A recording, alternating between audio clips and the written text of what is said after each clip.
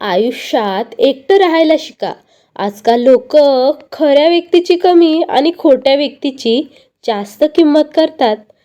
समस्या लाखो असल्या तरी माणूस त्या सहन करू शकतो. पण जेव्हा कोणी आपलीच व्यक्ती आपलं मन दुखवते, आपल्याला त्रास देते, तेव्हा ते आपण सहन करू शकत नाही. ते आपल्याला सहन होत सुद्धा नाही. नातेवाईक राजकारणातील विपक्षासारखे असतात. तुम्ही कितीही चांगले काम करा, शेवटी ते तुमची चूक शोधणारच. आपल्या जीवनाची तुलना इतरांशी करत बसू नका. सूर्य आणि चंद्र याच्या तुलना नसते. जेव्हा त्यांची वेळ येते तेव्हा ते दोघेही चमकतात. त्यांना कुणाशी तुलना करण्याची गरजही नसते. तुम्ही कोणालाही तुमच्या आयुष्यात महत्त्वाचा भाग बनवू नका. जेव्हा ती व्यक्ती बदलते तेव्हा तुम्ही त्या व्यक्तीवर रागवत नाही, तर तुम्ही स्वतःवर राग काढता आणि स्वतःला रागवता. प्रत्येक गोष्टीवर रागवणारे लोक तेच असतात ज्यांना स्वतःपेक्षा जास्त दुसऱ्याची काळजी असते. ते लोक खूप आपले असतात. आजकाल जास्त चांगलं वागणंसुद्धा खूप धोकादायक आहे. कारण चांगलं वागल्याने कधी वाईट होईल हे सांगता येत नाही. ते लोक तुमची कधीच किंमत समजू शकणार नाही. आणि ज्यांच्यासाठी तुम्ही मदतीला धावला होतात ना, ते कधीच तुम्हाला तुमचं म्हणणार नाही. कारण ते त्यावेळेसच विसरून जातात की तुम्ही त्याची मदत केली होती. आयुष्यात एकदा तरी एकटेपणाची जाणीव होणे खूप जास्त गरजेचं आहे. कारण त्यामुळे कळते की व्यवस्थेमध्ये आपली आपल्याशी ओळख होते. एकटे राहण्याला आणि एकटे पाळण्यात खूप फरक असतो. आजकाल लोक खूप लवकर बदलून जातात. वेळ लागत नाही त्यांना स्वभाव आणि त्यांचा व्यवहार बदलायला.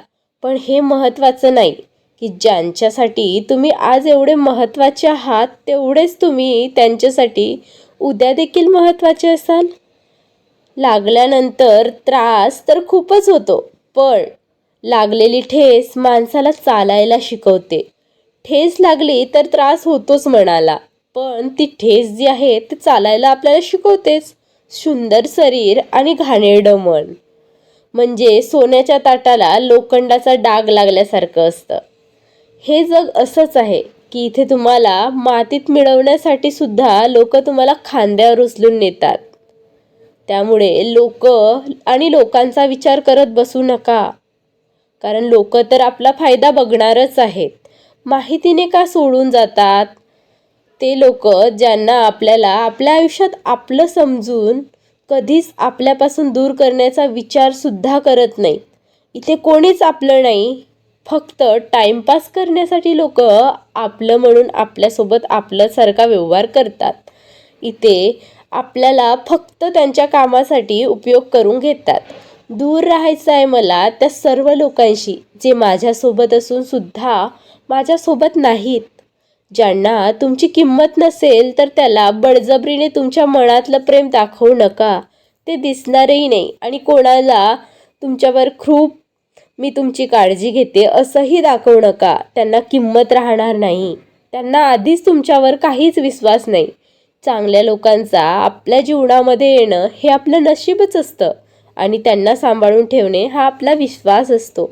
नातं म्हणजे काय तर समोरच्या व्यक्तीवर मनाशी काळजी स्वतःपेक्षा जास्त घेणे, हेच म्हणजे नातं. आणि नातं टिकवणं हेही खूप अवघड असतं. त्याला टिकवणं म्हणजे दोन्ही बाजूनी बॅलन्स करावं लागतं. याची जाणीव दोघांनाही असणं म्हणजेच नातं. खूप नात्यांची गरज नाही माणसाला. मनापासून एक जरी माणूस सोबत असला ना तरी आयुष्यभर पुरेसा असतो. कधी कधी सोडून देणं धरून ठेवण्यापेक्षा कधीही चांगलं. कारण धरून ठेवलेलं मनामध्ये कुजत राहतं आणि त्याचा त्रास माणसाला जास्त होतो. चांगलं काम करत असताना बदनामी झाली तरी सुद्धा घाबरू नका. कारण बदनामीची भीती स्वाभिमान माणसाला कधीच नसते. आजच्या जगामध्ये वस्तू स्वस्त आणि माणुसकी महाग होत चालली आहे. कारण आजच्या जगात वस्तूला जास्त महत्त्व दिलं जाते आणि माणुसकीला कमी. त्यामुळेच माणुसकी महाग होत चालली आहे. आपलं कोणीच नाही या जगात. निघून जाते पण त्या वेळेला मिळालेली वागणूक ही मात्र त्या व्यक्तीच्या स्मरणात राहते. वेळ निघून जाते कोणाशी कितपत बोलावे हे वेळीच लक्षात यायला हवं. मनावरचं ओझं हलकं करायला ओझं झेलणारा माणूस आपलाच असावा लागतो. त्याने आपल्याला जपता येईल. ज्या दिवशी तुम्ही तुमच्या आवडीप्रमाणे जगाल तोच दिवस फक्त तुमचा आहे. बाकी तर सर्व कॅलेंडरच्या तारखाच. कान भरणाऱ्या लोकांपासून 4 हात लांब राहा. नाती आपोआप सुधारतील. कान भरणारा माणूस कधीही सत्य बोलत नाही. त्यामागे त्याचा कुठला तरी स्वार्थ लपलेला असतो. त्या स्वार्थामागे तुम्हा लोकांना तोडण्याचा हेतू असतो. तोंडावर गोड बोलणारे लोकांपासून सुद्धा दूर राहा, कारण ते तुमच्या तोंडावर खूप छान बोलतात आणि मागे जाऊन लोकांसोबत तुमच्या चुगल्या करतात. हे लोक तुमच्या आजूबाजूलाच असतात. त्यांच्यापासून सुद्धा सांभाळून राहा, कारण लोक कान भरून चुगल्या करणारे एवढे झाले आहेत की त्यांना हे पण फरक पडत नाही की त्यांच्यामुळे कुणाला तरी त्रास होतो.